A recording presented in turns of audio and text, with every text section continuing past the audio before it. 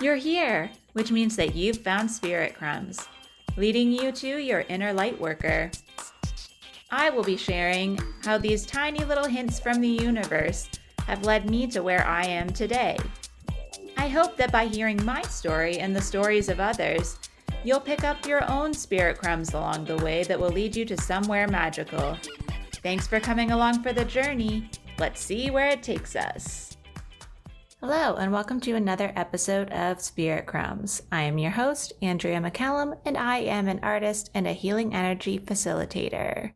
Today, I was going to talk about worthiness and the different aspects of that. I'm still going to touch on it a little bit at the beginning, but what I'm actually going to share is the outcome of me actually sticking with my plan to take Thursday off this week and kind of what that did in terms of spirit crumbs and how I was feeling since then, and just in general, what it did for leading me in a new direction. I just want to start by saying that worthiness is something that is a long-term path that's different for all of us. So the thing that I just wanted to say about it is that I feel we sometimes forget, myself included, that worthiness is inherent. We are worthy because we exist, period. And I think in terms of doing work around it, it is just an active process of deconditioning and going through where any beliefs of unworthiness may have come from. Usually it's from childhood or just from things you've heard in society and in your life. But I just wanted to say that the reason that this is coming up in terms of my path and the choices I've been making recently is that I'm kind of lucky that I tend to do things more based on how they feel when I think about doing them than why I feel like it's okay for me to do them. So for me, the worthiness part comes after I've made the decision, and it's usually after I say it to someone and then I realize that maybe it's a bold thing to do or that not everyone feels that it's, a choice they would make. And I think that comes up a lot. Like, for example, taking a day off every week. That's not something I would have thought of in other career paths that I was in, but because I see other people creating their own schedule and, doing that for the benefit of showing up 100% when they are doing things with clients or spending time with their families, etc. And for me, it was something that I was like, hey, I'm just going to do this. But when you say it out loud and you get reactions from people, I'm not saying this happened for me. I feel like sometimes where it comes up though for me is like when I say it and then someone says like, wow, you're so lucky to be able to do that. Or like, wow, like how are you going to manage that? Those kinds of reactions. Like I said, this hasn't happened for this particular thing.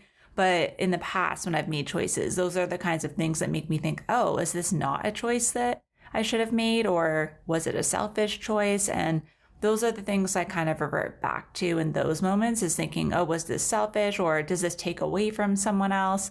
And the only thing that really came up kind of around this was not so much that I was being made to feel unworthy, but the opposite, where when I told Danielle, who you guys know I work for in her community and spirit school, I told her that I was going to do this because part of, like I told you before, my process is saying it out loud to people when I'm going to do something to hold myself accountable, make sure that everyone's on the same page, etc. And when I told it to her, she was like, okay, I know you're not going to like this, but I'm putting a note in my phone to not message you and, don't expect you to respond to anything. And normally that is a time when I would start to question it and be like backpedaling and being like, well, if you need me, send me a message anyways, or, text me if you need me. And, maybe I'll check in once a day. Like I would in the past probably have gone back on my choice. But this time I was like, no, this feels good. If there was an emergency, I know she, would be able to reach me, but she's honoring me just as I honor when she takes a goddess week every month. And I think having someone that sets an example like that really helps you to see your own worth when they prioritize themselves. And so my thinking behind also doing this so early in my business is it's one day a week, which I think a lot of people who have quote unquote regular jobs think of the weekend as their time off, but I've recognized even not having one of those jobs anymore that the weekend tends to be catching up with people who also have 9 to 5 jobs, right? Or doing chores around the house that I don't get to during the week all the time, or doing things that only happen on weekends. Like, let's say in the summer, if you want to go to a farmer's market, or if there's an event happening, a lot of those happen on the weekends, right? So I never have a full day on the weekend that's just for me, really. I am always trying to fit in other things. And this just gives me this flexibility where, I mean, on Saturdays, I actually work occasionally. I've mentioned that before. I actually worked for only a couple hours today, but I did fit in a bit of work today. And that's kind of a flex thing where between Friday and Saturday are like one long day for me. But I also just don't mind working because I can create one work day out of 2. And I'm now recording this. Actually, it's Saturday night, and this is very rare. Usually I do not plan ahead, and usually I am leaving my own podcast till last, and I don't get to it until Sunday or Monday.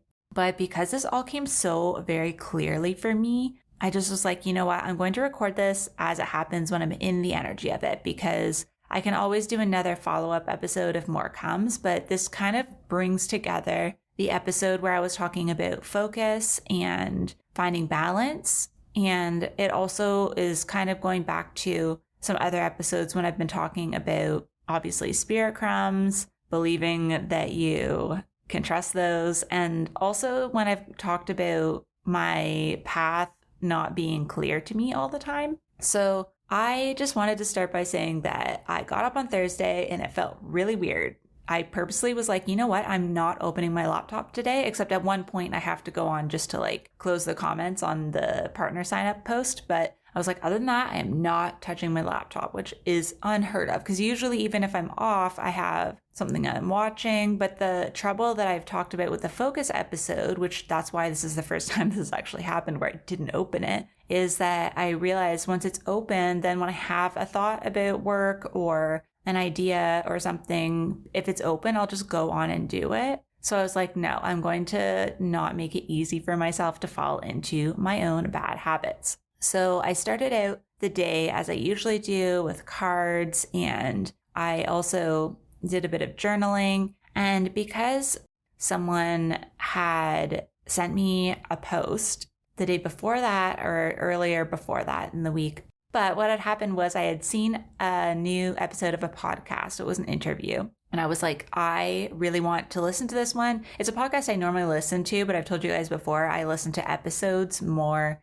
when they feel aligned than just following through on podcasts. And this was one that was about like communicating with plants. And I was like, this is definitely where I'm going. I know this is the next area that I need to go back to. And the reason for this was I had been having these constant reminders of a reading I had with Amber really early in the journey in the collective. And she had told me that one of my guides is a fairy, which I've told you about before, and that I would be able to channel plants.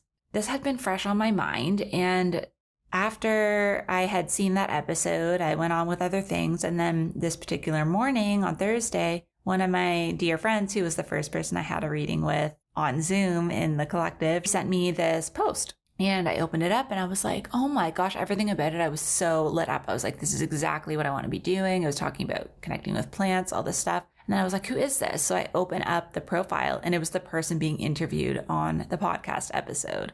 And I was like, are you freaking kidding me? I was just like, oh my gosh, these are spirit crumbs. When I came back to sit down and journal, I was like, you know what? I know you're giving me a pretty clear sign that I have to do this work. And I had kind of seen that this person had a course and readings, and I wasn't quite sure what to do. I know I want to do some sort of focused course, but I was like, I don't know. Do I find a book first?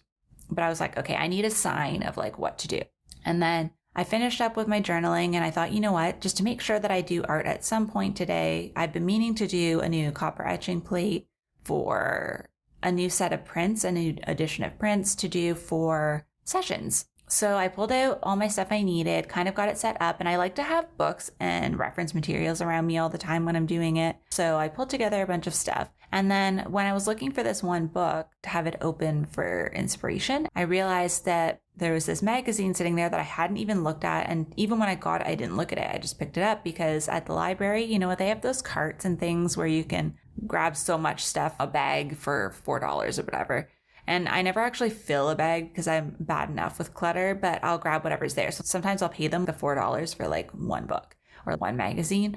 This time I ended up getting some comics for my brothers and a book on RVing for my parents. And I had given them all that stuff at Easter, but I hadn't looked at the magazine I picked up, which was a horticulture magazine. And I was like, this might just be a gardening thing that I don't need, but I opened it up at that time, and most of it was about trees. And the image I was going to be doing was I was going to be drawing a birch tree, and it was about identifying them in the winter. And I had been having this discussion back and forth in my head and with Lauren, who was in the podcast episode with me, which is not a coincidence because I heard her on someone else's podcast. And because she talked about plants, I was like, I need to talk to her. And now we connect regularly. But I was like, yeah, this is all about the bark. Like, I didn't want to do the whole tree. I just wanted to do like the trunk of the tree. And it was like a whole thing. And I was like, oh my gosh. And then when I just flipped through a little bit more, they actually had an article in this like horticulture magazine about plant consciousness and plants being aware of one another and their surroundings and things. And I was like, this is crazy. So I was like, okay, this is my third sign. I have to do this course. So I still wasn't 100% sure. And I wasn't quite ready to work. So I went for a long walk. I went and sat by the water in this little creek that I found a while ago that's at the back of this small park. And I was like, you know what? The reason I wasn't going down near the water before was because it was ice. And I was like, it's not icy now. I can actually go down. So I went and sat down closer. I found a rock that was perfectly placed to sit by, a tree. It was just a beautiful time. And I was like, oh my gosh, there's like little wildflowers everywhere. And I kept looking at all the wildflowers. And I told you guys, I think before, about how for a while, for some weird reason, I kept walking. And on my walks, if there were like little bits of like evergreen trees or like bark or whatever on the ground, I would just pick it up. And it was like involuntary. Like I could not pick it up. And so this started happening, except that I was looking at like the wildflowers and I was like, I don't need these for anything. And I don't like to take things from nature. I've told you guys that before, that usually I'll just take a photo. When I did the episode on decluttering, it was a lot about this because I knew even then, like a year ago, that like I wanted to have these pieces of nature, but I don't believe in taking things from nature. But yeah, it was just very strong that day. So anyways, I did that and I really just connected so much with nature. I felt so good. I was on this long walk. It was a beautiful day. It's been beautiful most of the week, other than, I mean, it snowed earlier in the week, but since then it's been really nice. I came back and I actually sat and did most of a first draft of a plate. I say first draft because in printmaking, when you're doing like intaglio especially, there's really no great way to test a plate without actually putting ink in it and printing it, or at least proofing it. And I wasn't at the point where I felt like doing inking. So it's still sitting there. I haven't tested it and I may need to add more lines or deepen the lines or something, but I was liking how it was looking and I just felt like I was going to ruin it if I did more. But I was even using like a Dremel that my parents got me last year for Christmas, like a year ago. And I hadn't used it for a lot. I had used it a little bit in a couple plates that I did for school last year, but since then I hadn't really had a chance to use it and I'd been dying to do that. So it's kind of fun to pull that out again. And then when I finished that, I was like, I'm going to go for another walk. So I did. And in the meantime, I had been talking to someone and they suggested a different course that was very similar to the one I was thinking of. And I was like, you know what, this is exactly what I needed to hear because this other course felt really aligned. But then I also wanted an Akashic record reading. So I was able to do both things to book them. And I felt so excited and couldn't wait to really dig in. And the other reason I liked this other course was that you don't just get automatic access to the whole course. You get weekly, just like one segment of it. And because I tend to binge things and not fully integrate them until later, like I'll come back to things and integrate more. I was like, this is going to be so good because I'll literally just have to sit with each different section of the course and really fully immerse myself in it. So I felt really good about that. And the other thing that kept coming up, I've talked about this a little bit before, but I just wasn't sure how it was going to fit in. But flower essences have been coming up nonstop for me for the last year, actually, maybe even longer. It's something that's come up quite often. It didn't even sit in my brain when I heard it the first few times, and I actually had forgotten that I had written it down or heard of it until someone else had mentioned them to me in a readings trade that we were doing. Really, it's only been the last 6 months to a year that I've been really heavily hearing it constantly. And that's what happened with Reiki and energy healing for me, was that it was like I could not stop hearing it. Like everyone was talking about it with me specifically, not just hearing it in general, but like hearing it around me. But this time it was just, since I made this connection with plants and was like, okay, I'm going to do this, everything I heard was flower essences. They were coming up in weird places that like normally they wouldn't be. Like it wasn't just with spiritual people, it was like all over the place. So I was like, you know what? I know this is something that feels more accessible for me to do. But I was like, you know what? I don't even know where I would get these flowers because I live in an apartment building. I need to clean the pigeon poop off of my balcony before I can use it again. Oh my gosh. Now they only land on the outside mostly. So I'm one step closer. But anyways, I get the information in the first few emails for this new course. And one of the things they talk about is, actually it was suggested that you get to know the flowers that are outside your door or close to you. I was like, you know what? I kept seeing all those wildflowers when I was out for my walk earlier. And so this was the same day. It was in the afternoon. And I was like, okay, tomorrow when I go, so on Friday, I'm going to pick up some flowers. So I did that. And I was like, it's so interesting that most of the wildflowers are all like this purple and like indigo sort of blue color. So I kind of just picked one of each, and I brought a little offering of hair everywhere I took these wildflowers from. And then I got home and realized that one of the first things you do in the course is do a flower and fire ceremony where you use fresh flowers, you place them on an altar, and you light a candle and set an intention. So I was like, oh my gosh, this is beautiful. So I did it, but I realized when I was listening to the meditation that goes along with it that you're supposed to know, obviously, what these flowers are. And so I set my intention, which came through very clearly, but then I was like, oh yeah, I should probably figure out what these even are, because I had a general idea about what a couple of them were, but I was like, I've never actually familiarized myself with the wildflowers here since I've lived here. I had only picked a few of the ones that I had seen because I went for a shorter walk. So I was like, okay, well, I'll go with the ones that I started with, and I'll go back and get some tomorrow, which was today. The ones I looked up that I had, I literally was like almost in tears, because the very first one I picked up, it's called a marsh marigold, but it's actually a buttercup. And I had picked a few of them there. I found a few different sources like I usually do. I think I talked about this in an episode where I was talking about animals. And I did this again, I think, with plants, another episode. I forget what I talk about, but I know I did this when I did animals, where I talked about how I go on the internet and usually the first source I find is very accurate, but I'll still look at other ones. And flower essences are interesting because there's like the language of flowers that people are familiar with. There are cultural things, but I found it really interesting looking up what the flower essence meanings were, because there's the Bach flower essences, which is the ones that people are familiar with. It's kind of like the Judy Hull crystal Bible, you know? The first one that came up, I opened up for buttercups, and I literally cupped my hands to my face. I'll read you a quote from it. Buttercup flower essence is for finding time for yourself and the things you want to do, and for feeling energized enough to do them. It helps increase your self-confidence and creativity, and to feel the sunshine inside again. Buttercup flower brings energy for inspirational creativity.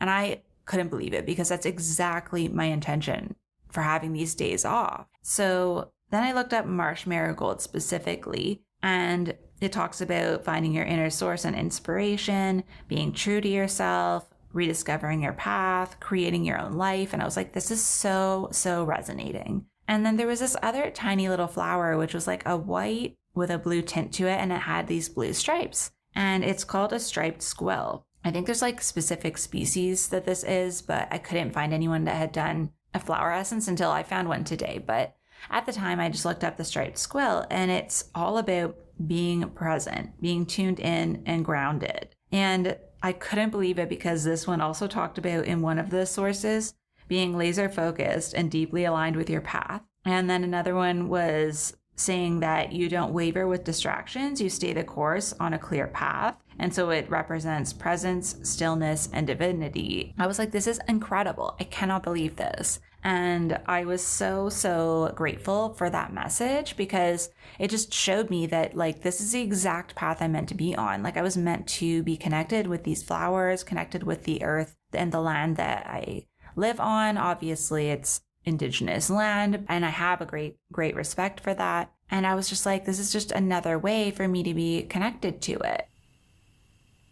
The next one that I found, I have seen a few places I've lived, but it's called speedwell, and it's like a ground cover. So the flowers are those like tiny little blue ones. There's only 4 petals and they fade to white in the middle. They're like an indigo blue.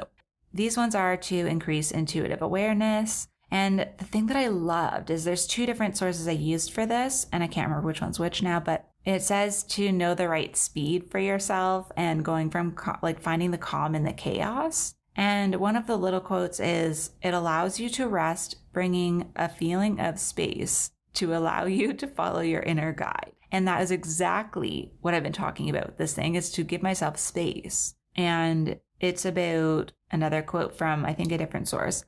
It helps people who are moving too fast, having trouble living in the present. So this is another one that's about stillness and focus, focusing on small tasks that cover a lot of ground. And this gives you the ability to see ahead objectively, to really know that you're working towards your overall vision. And then another source said, many times when we receive revelation from the spiritual realm, we immediately try to get it to make sense through leaning on our own understanding, and it can be lost in translation. And that's totally true. I feel like I'm always being like, okay, what does this exactly mean? And even looking up these flowers right away, I was like, did I need to be doing this? Obviously, they made a lot of sense. So I felt good about that. But I'm also not rushing into anything. Like, normally I was thinking about it, like my instinct was to be like, okay, I need to get all the things. I need to start making flower essences, thinking of all the things that I needed to do immediately. And then I thought, no, I don't have to do any of this right now. There are a few things I'm going to start with, and that's okay. I will get the things as I need them. And then the last flower that I found today was a violet, and there's so many different kinds, but the major themes of this are also it being a very spiritual flower. It talks a lot about it being overlooked and that it has many gifts, and how people drawn to it are similar to that. It says that it's attuned to highly evolved and fragile souls, assisting with self-liberation, self-expression, and individuation, while retaining the refined and tender qualities of their feminine beauty. What's interesting about this is that my human design incarnation cross is about individuation and helping other people find their own individual way of being by stepping into my own. So that really resonated with me. And then what was interesting was it talks about it being like soft and delicate, how it can cleanse away what is no longer needed, which again really resonated. But something that this really snapped into focus for me this afternoon when I was thinking about all this was my name. I hadn't thought about it in so long because I don't use my middle name for anything. But my middle name is Lee, but it's spelled L-E-A. And the meaning of it is a meadow or pasture. And the other meaning of it is like being fragile or delicate. And like, I think weary is one of the words, but the way that I've always seen it come up is usually as a Lee and meadow, because it's an actual word for it. When I looked it up today, I was curious of like how it would come up. And it was talking a lot about, it kept saying arable land, which is land that is, healthy for crops, for creating something new. And it talks about how usually it's land that you can send animals out to graze on, and then you turn it over and you plant a new crop. And I was like, that feels like my life. Like, I do as much as I can with one thing, and I'm not afraid of those shadow moments. I actually got the transformation card in the John Holland Psychic Tarot deck as one of my cards today, which is the death card. And I was just like, yep, that feels about right. And it's not something that scares me anymore. I still am a little bit like, okay, I'm tired. I don't want to constantly be doing this, but it's a card that I'm familiar with. It's an energy I'm familiar with. And that made so much sense because it's like a feminine energy about it, but there's still this transformation. So this, even talking about the violet, how it's soft and delicate, but it can cleanse away what no longer serves you. That's that same energy. And then I realized what's so funny is I totally forgot that like my name Andrea, it's a form of Andrew, but it's also like a gender neutral name, right? Like there's people named Andrea in, Italian and other cultures who are male. I feel like that also resonates with my energy because, as you guys know, I'm very masculine a lot of the time. And the meaning of it is actually manly.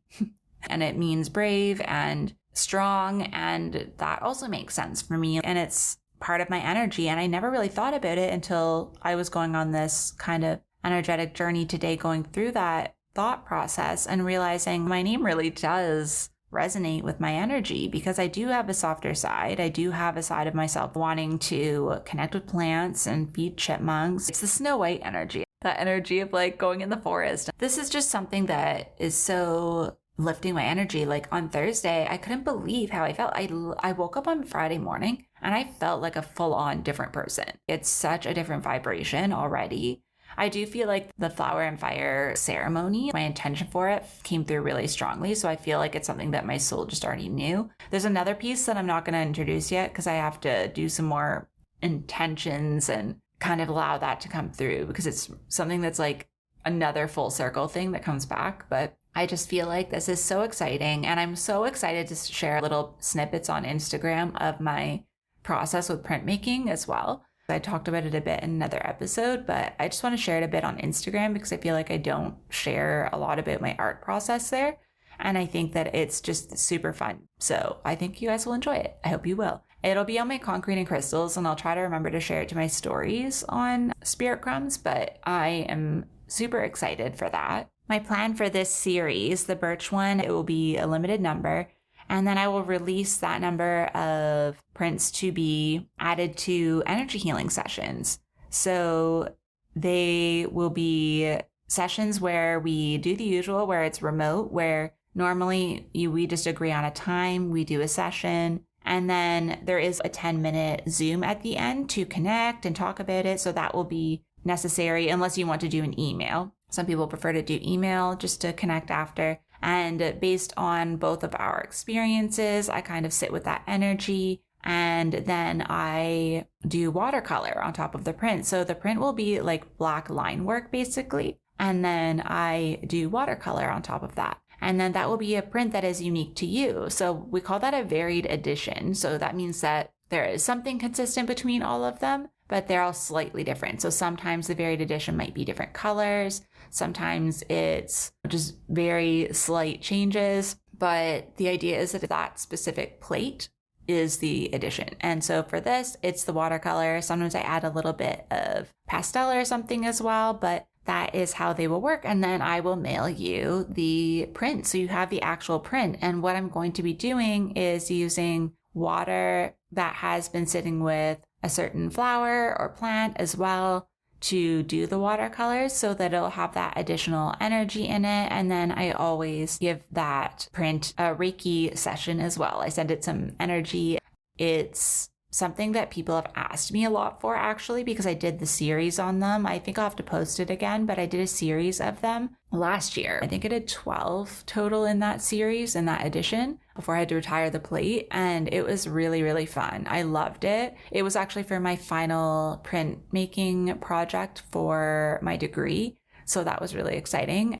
Yeah, I'm going to do it again. So I'll be sharing on Instagram as that comes forward. I have opened up my calendar in the meantime. If you're just interested in booking a healing energy session or a coaching session, I believe I do have times open for both, definitely for the healing.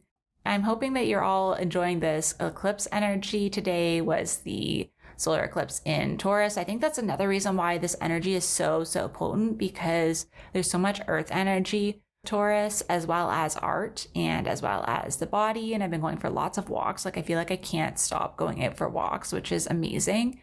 I hope you're all having a great experience with that energy and that you're really starting to, cut away anything that's unnecessary. You'll be hearing this on Tuesday, so it'll be a few days after, but the energy will still be around. So you'll have to let me know how it's been feeling for you. And I look forward to connecting next week. Thank you so much for joining me on another episode of Spirit Crumbs. You can find me on Instagram for this podcast at Spirit Crumbs, or you can also find me at Concrete and Crystals for my own spiritual offerings and more tidbits about my own journey. Thank you for listening, and we'll see you in the next episode.